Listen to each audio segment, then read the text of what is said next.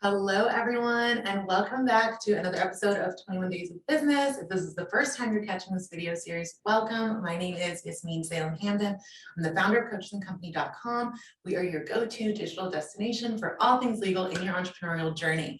And all through the month of November, we're going to be sharing incredible interviews with guest experts each day, answering your questions as they relate to your business. And today we're talking all about how we as service providers can enhance the experience of our clients, starting with the client onboarding process, which I personally think can sometimes be rushed, sometimes it's overlooked or neglected, when it can actually be used as a tool to set the tone for the professional relationship and the foundation of the work that you're about to do together as a client and a provider of services.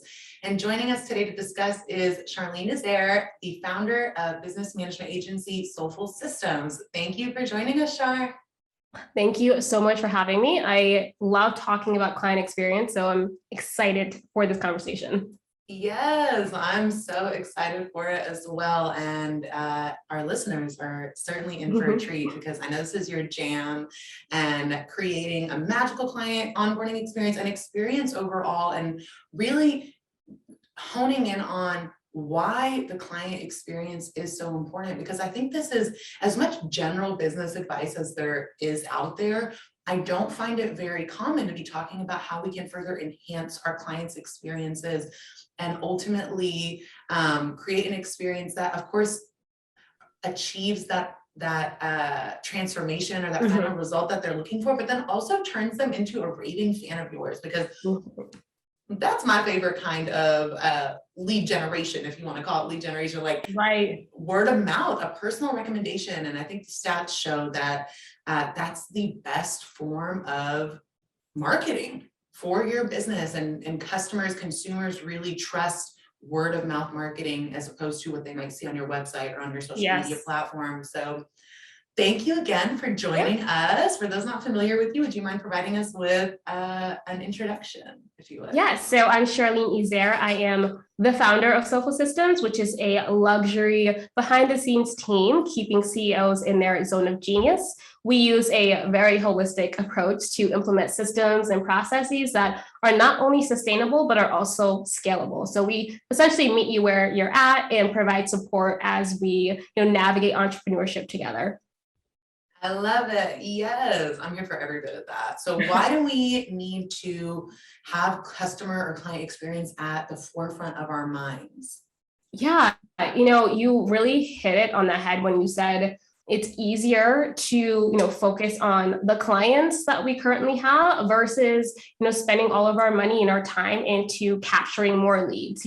If we spent more time finessing and creating these luxury, incredible client experiences with the clients that we have, it would be so much easier to get more clients, or to even have more revenue, or whatever your end goal is. Client experience has to be the forefront of your business. And that doesn't matter if you are a solopreneur, an emerging entrepreneur, established, or even, somebody who is thinking of selling your business.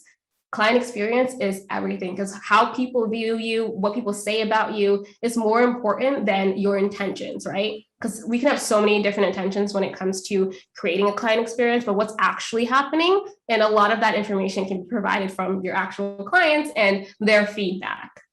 Yes. Yeah. The feedback and the data. I know you're a huge fan of data. And using that to support the decisions you make in the business and the systems that you put in place. And so maybe we can back up a little bit and talk about what are the key items that you've identified or that you suggest be included in every client onboarding process. Yeah. So when you're onboarding a client or even a team member, you can utilize any of this information for your team as well. But onboarding is essentially, the touch point at which a transaction has already been processed.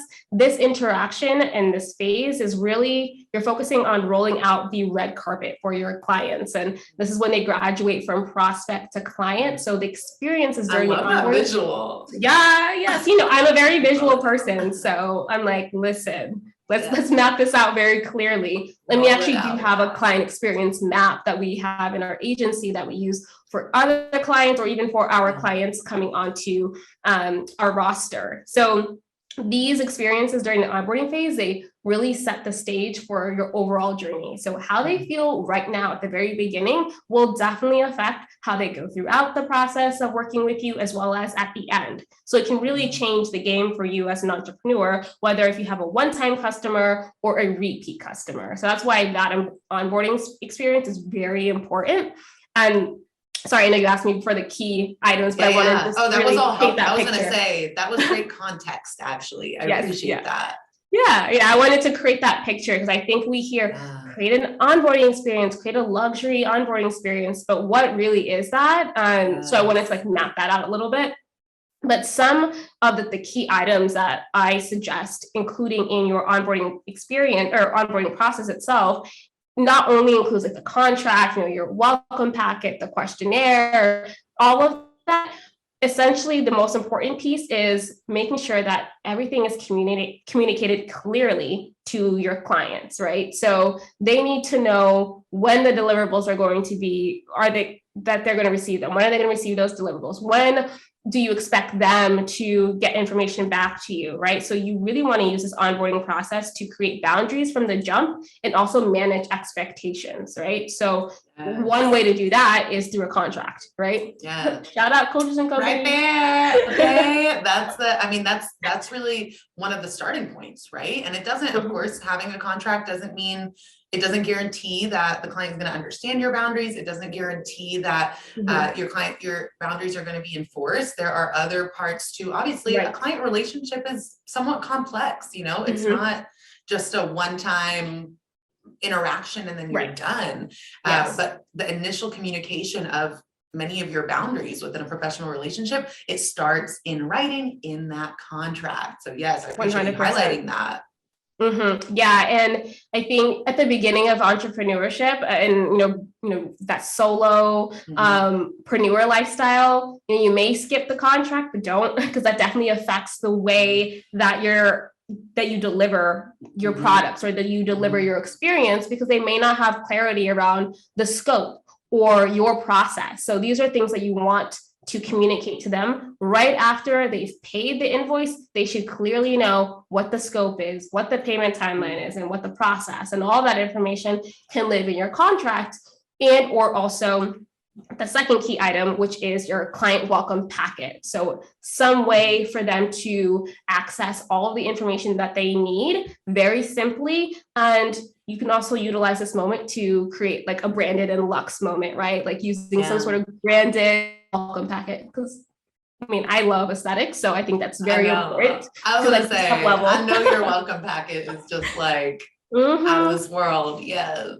Yeah. So, and then in the welcome packet, things to just keep in mind is you want to allow yourself, one, to be the expert, right? Be the expert and walk them through your process and how you deliver products to them or the service to them and what you expect from them and what they can expect from you, as well as the timeline, the milestones, the deliverables. All of that should be in the client welcome packet because it's an easy reference point if anything should come up down the line. So for example, if they like, oh, I thought you were going to schedule this out. And it's like, well, actually in our contract or in our welcome packet, it says we only schedule this out. And if you like to do more, this is what it would look like, right? So you really want to create some sort of welcome packet to clearly communicate to them what they can expect and give them the opportunity to reference that back.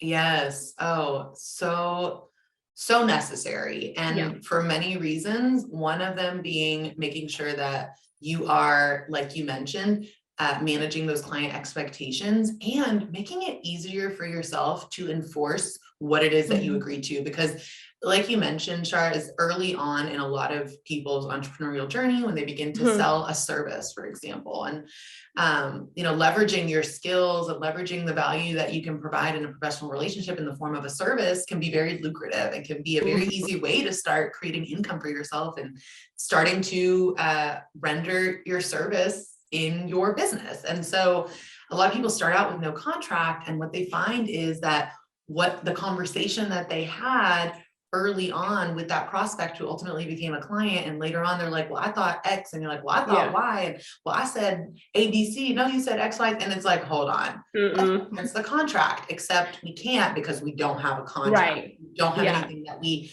got it down to writing, very clear in black and white, and we agreed to it. And so I think having that language, the scope of the project or the services ongoing, the way that you can communicate, what is the preferred method of communication, what are the different, what are your office hours, and what is your response time or turnaround time, what are the different milestones or check-in dates or deadlines or whatever it is that you've agreed to, which you should have already discussed up until this point. Having that in writing in your contract, and then reiterating that in your welcome packet, that can be more of a pleasurable, aesthetically pleasing experience, can be branded to you and your company, and it can be a fun way to sort of have a bird's eye view of what your professional relationship is going to look like, maybe without all of like the nitty gritty legal language, but sort of the high points that are going to be relevant throughout your work together. So I really appreciate you addressing that. And I think it's a welcome packet that is well done, well designed, yes, and then also well structured to communicate and maintain that communication and clarity around the terms of the relationship. Super important. Yeah, and the goal of any client welcome packet is really, you want to anticipate your client's needs and answer any questions they have before they even ask them, right? And you're also taking the time to reinforce their decision to buy from you. So that's why you want to create a welcome packet that truly outlines everything. So, if you're an entrepreneur who continuously hears like, oh, I thought that was included. Oh, I thought that. Obviously there's a gap there, but you can utilize that information to make sure that that is inside of your contract or in your welcome packets. So, there's always room to improve. And even as a luxury agency onboarding clients, I mean, we've worked with so many different clients over the past 3 years. So we've had the time to be able to really finesse, like what needs to be in the welcome packet, what needs to be. The next thing I want to mention is the client questionnaire. So that's the next key item that you really want to make sure that you have nailed down as part of the onboarding experience, because the welcome packet gives them information. The client questionnaire gives you information, the information that you need to be able to ensure that they have a very successful time working with you, right? So this allows you to really know the inside and outside of their business, and who the main point of contact is or what their goals are, and really get clarity around what success really looks like to them. Because if your idea of success for them might be different than what their idea of success is. So it's important to get clear around what that looks like. That way you can make sure that you're creating, the environment for that to actually happen. So that way you're also taking the intentional time to address their success metrics or what actually looks like success to them.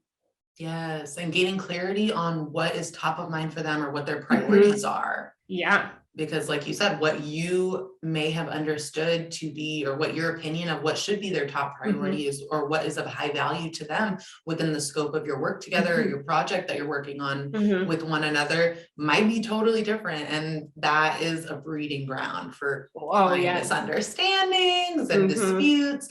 There was one other thing that you mentioned, Char, about your welcome packet, and you've been in business for 3 years now, and how you've identified over time, like, okay, we could have avoided this dispute had we communicated this in the welcome packet. So let's go ahead and revise it. So having periodically, whether it's on at minimum annual basis, but maybe it's a quarterly basis, maybe it's a monthly basis, depending on how many interactions you're having with different clients, revising that welcome packet or reviewing that welcome packet, and adding in what needs to be added in, clarifying what might need to be clarified, and drawing from your experience and working with clients in order to inform those decisions, and then moving forward, enhance future relationships with clients or client experiences overall.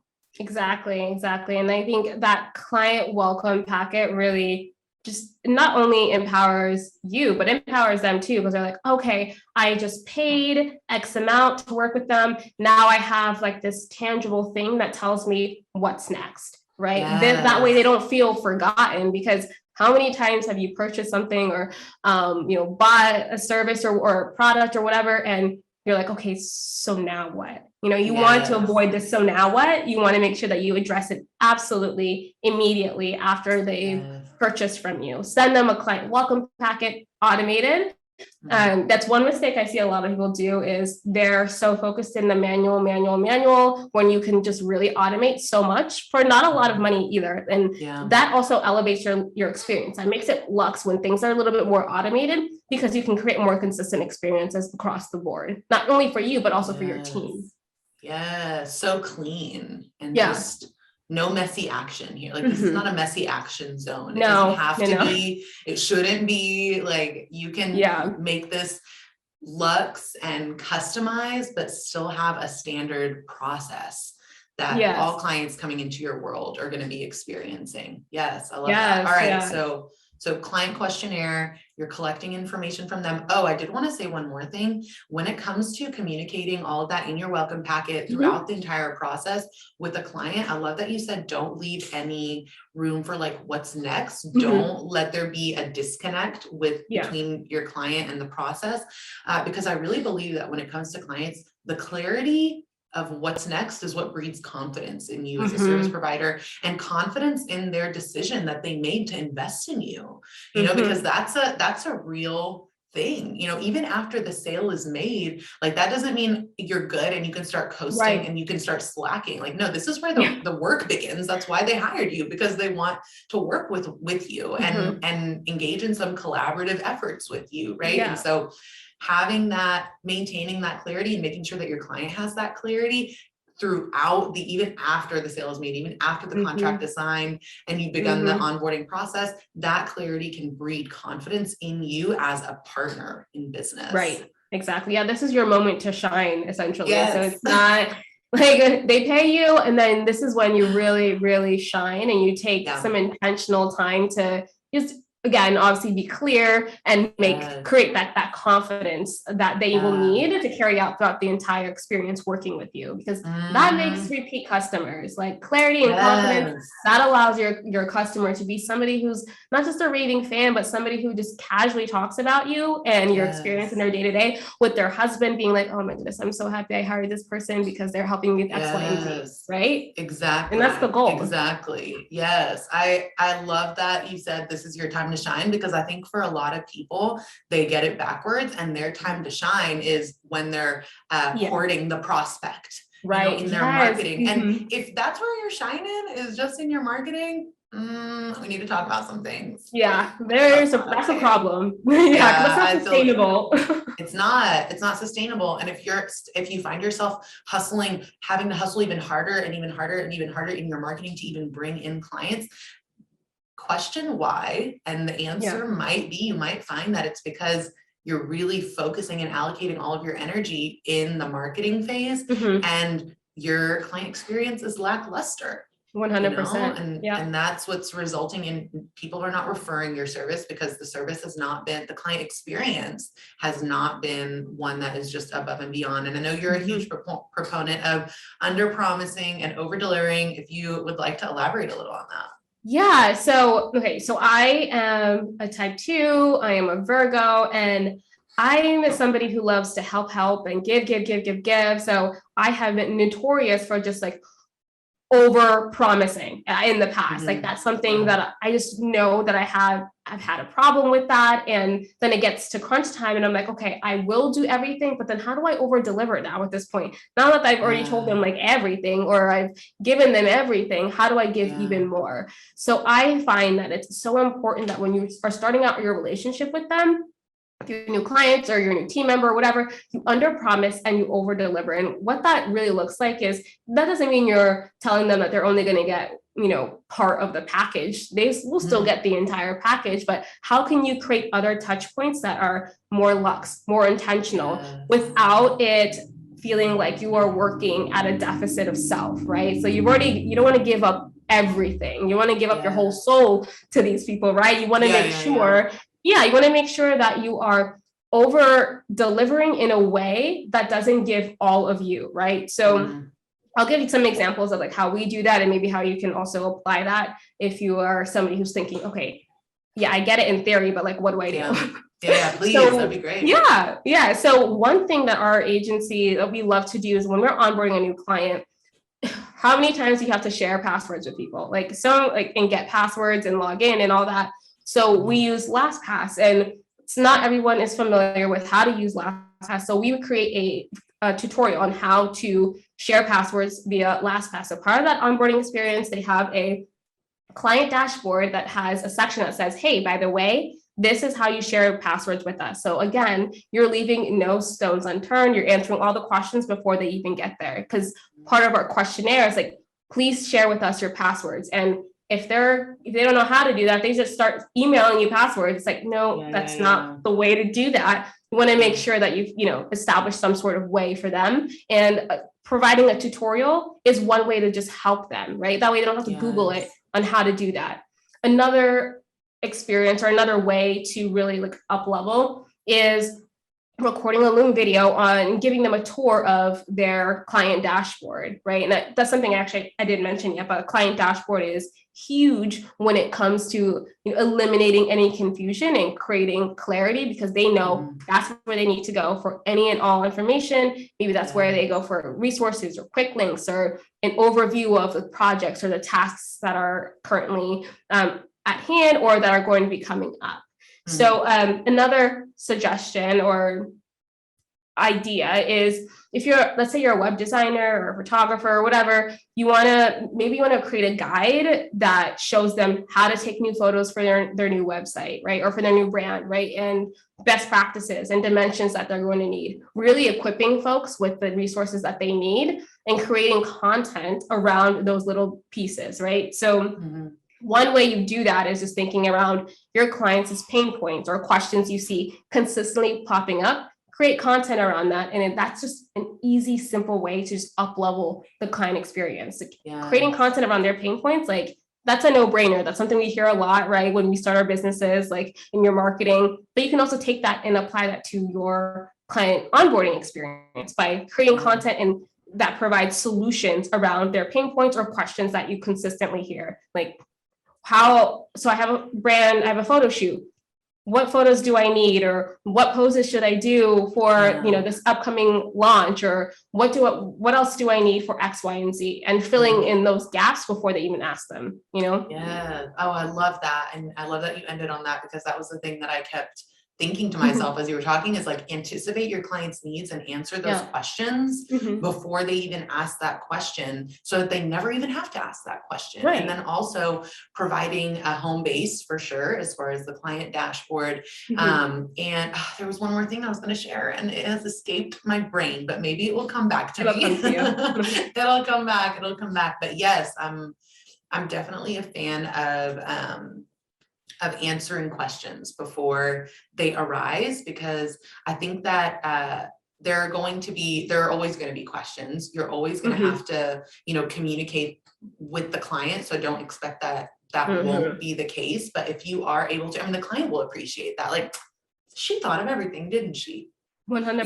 That's what you want your person to say. That's what you want your person. Well, wow, she really thought this is not her first rodeo, and even if it is your first rodeo, that's okay. Don't feel like you have to pretend like it's not your first rodeo, but exactly to delight your client in that way where they're like, wow, she really thought of everything. She's got this, I'm so glad I decided. You want them to be thinking throughout their time working with you, I'm so glad I decided to work with her. And then, one thing I was also going to mention is, because I know you mentioned having deliverables when you have your clients. So if you provide a service, and I know a lot of our community members they have a done for you service, and they also provide one-on-one coaching services, or maybe they do company trainings, or they host workshops and things like that. And so even then being clear, or hosting a group program, for example. And so this applies to that as well.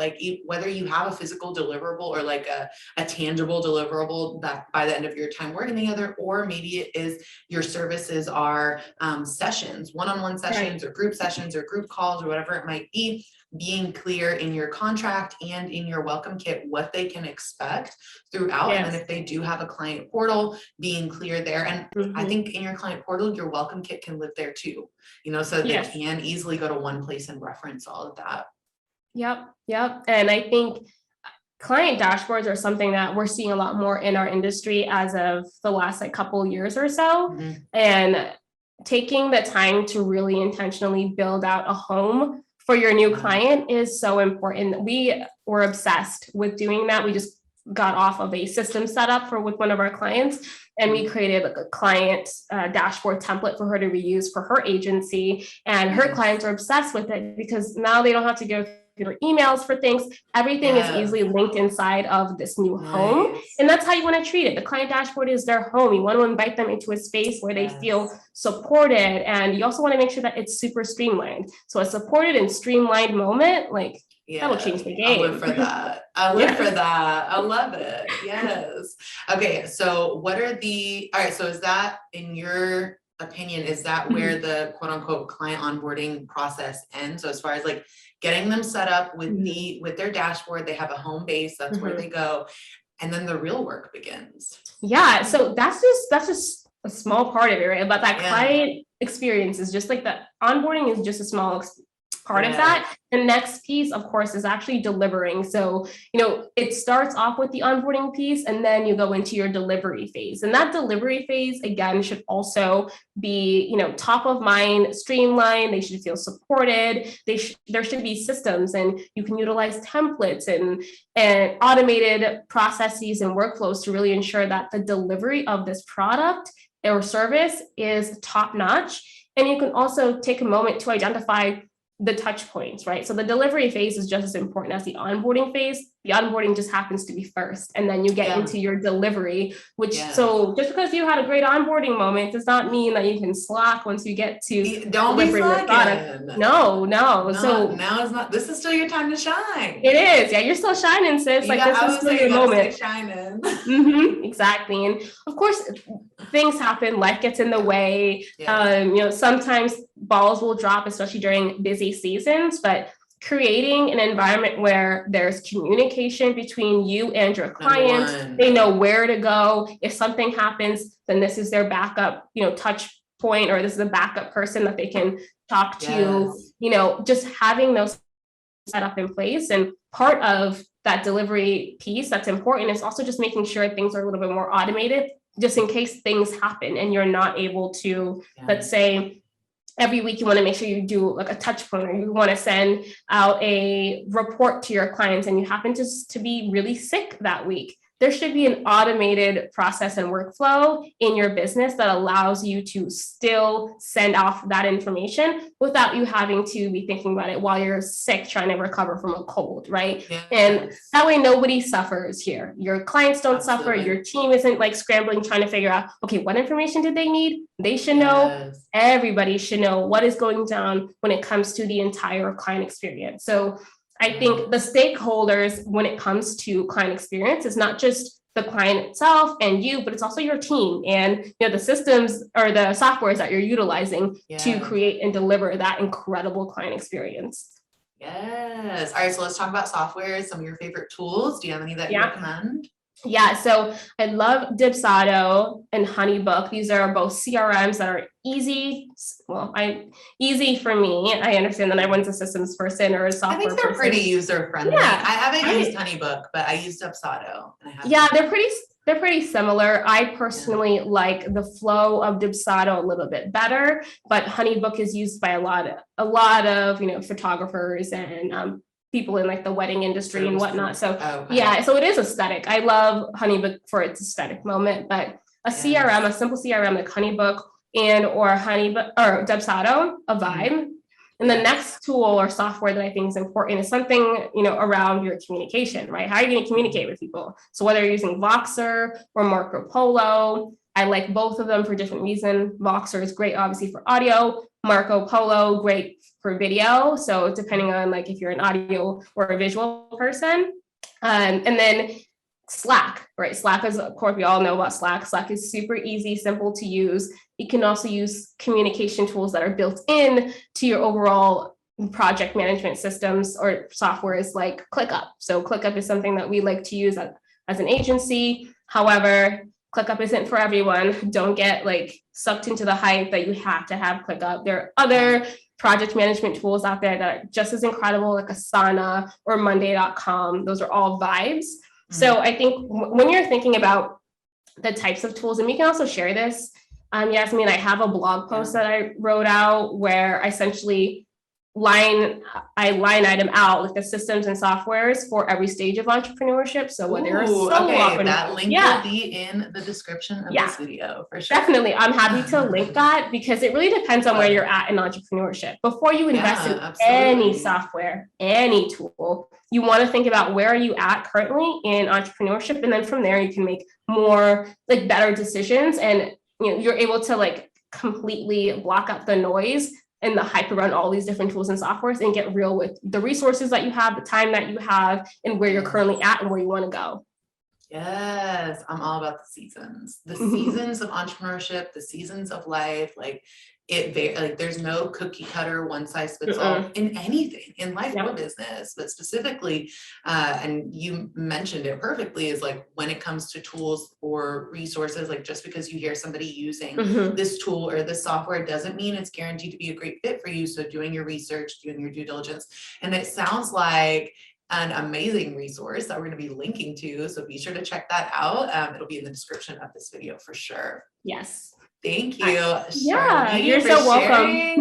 That I love that. And I'd love to talk about, I know that, and you mentioned like you love an aesthetic moment, you love a good aesthetically pleasing vibe. And I am also here for that. And we've talked in the past about how like your environment, your personal environment, your work environment, your home environment, all of that impacts your ability to show up in your business, to tap into your creativity. I would love to hear from you on that. Yeah, so you mentioned earlier that I am a data-driven person. I love data, I love analytics. And for a while, I'm just like thinking about why I love aesthetics. I love an aesthetic moment. Like, but does it really make sense to put all of my resources and time and energy into making my space aesthetic? And why am I doing this? And so a girl definitely looked into it and did some research. And there is not a whole lot of research, but there's some research that says that your workplace aesthetics and your workplace vibe really does affect your outcomes, right? So negative or positive, right? So your mood is definitely affected by, the amount of tabs you currently have open, the status of your Google Drive or your desktop or your office in general, right? All of that does affect the way that you work, how you work, and the way that you show up. So for me, it's so important to I love looking at different Chrome extensions or different, physical products around me that that really helps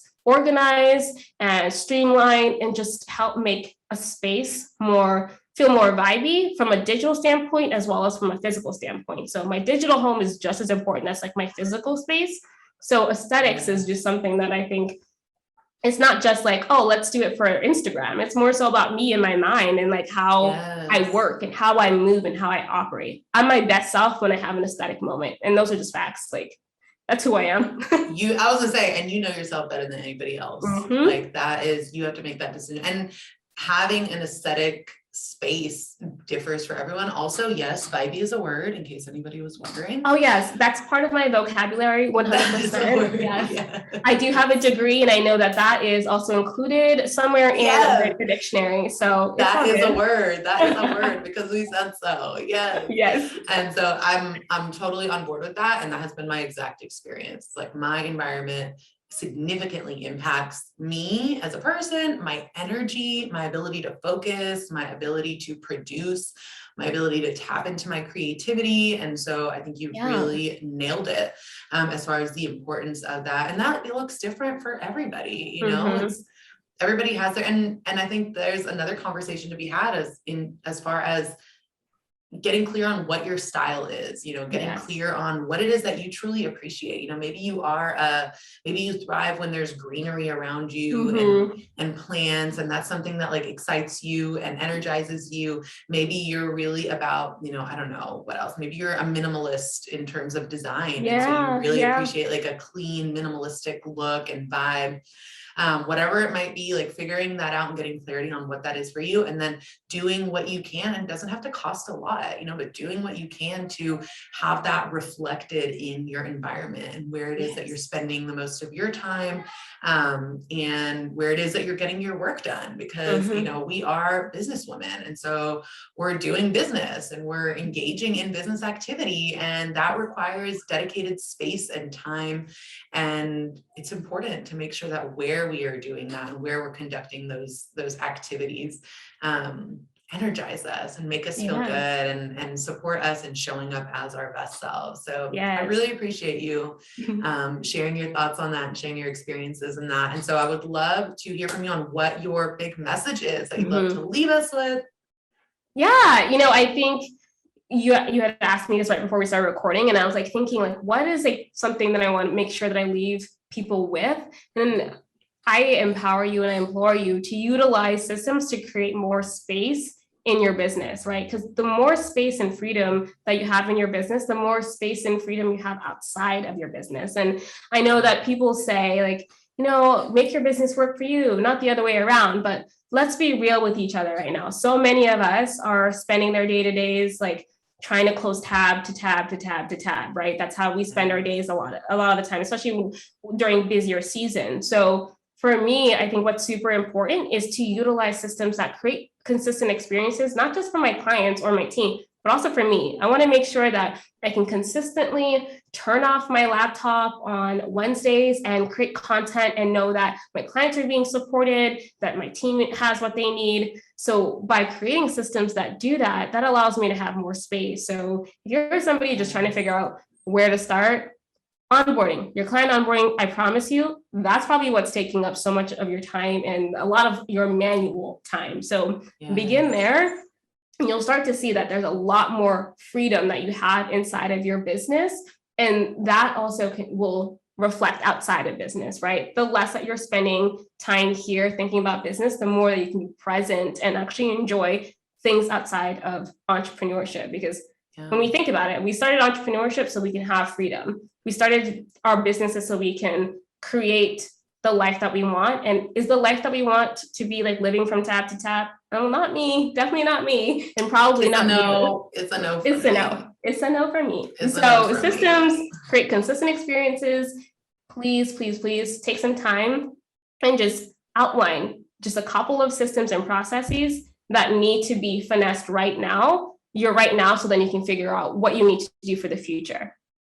Thank you so much, Charlene, for joining and for your message for our audience and for me, because I needed to hear that too. I am honestly, it's there are, and it's certainly seasons, but to be the one, and I remember in the early days of my business, I was carrying my business on my shoulders. And it's if I set it down for a second, it didn't move. And it's because I didn't have any systems in place. I didn't have any automations in place to support me, to support my business, to support my clients. And that's the real game changer, if there is one. So I appreciate you. Thank you for joining us. Thank you for sharing. And if you are wanting to access that tool resource that Charlene mentioned, it's going to be in the description of this video. If you are, the light is the sun is moving. So I feel like my room, it's just been dimmed, the frame. So I appreciate it. I apologize for that. But we are going to have all of Charlene's links and where you can connect with her, where you can learn more about her work in the description and in the caption. Be sure to check her out. And if you have any questions, you can leave them in the comments of this video. Thank you again, Char. It's so great chatting with you. It has been a pleasure. Thank you, thank you, thank you. Likewise. Talk soon.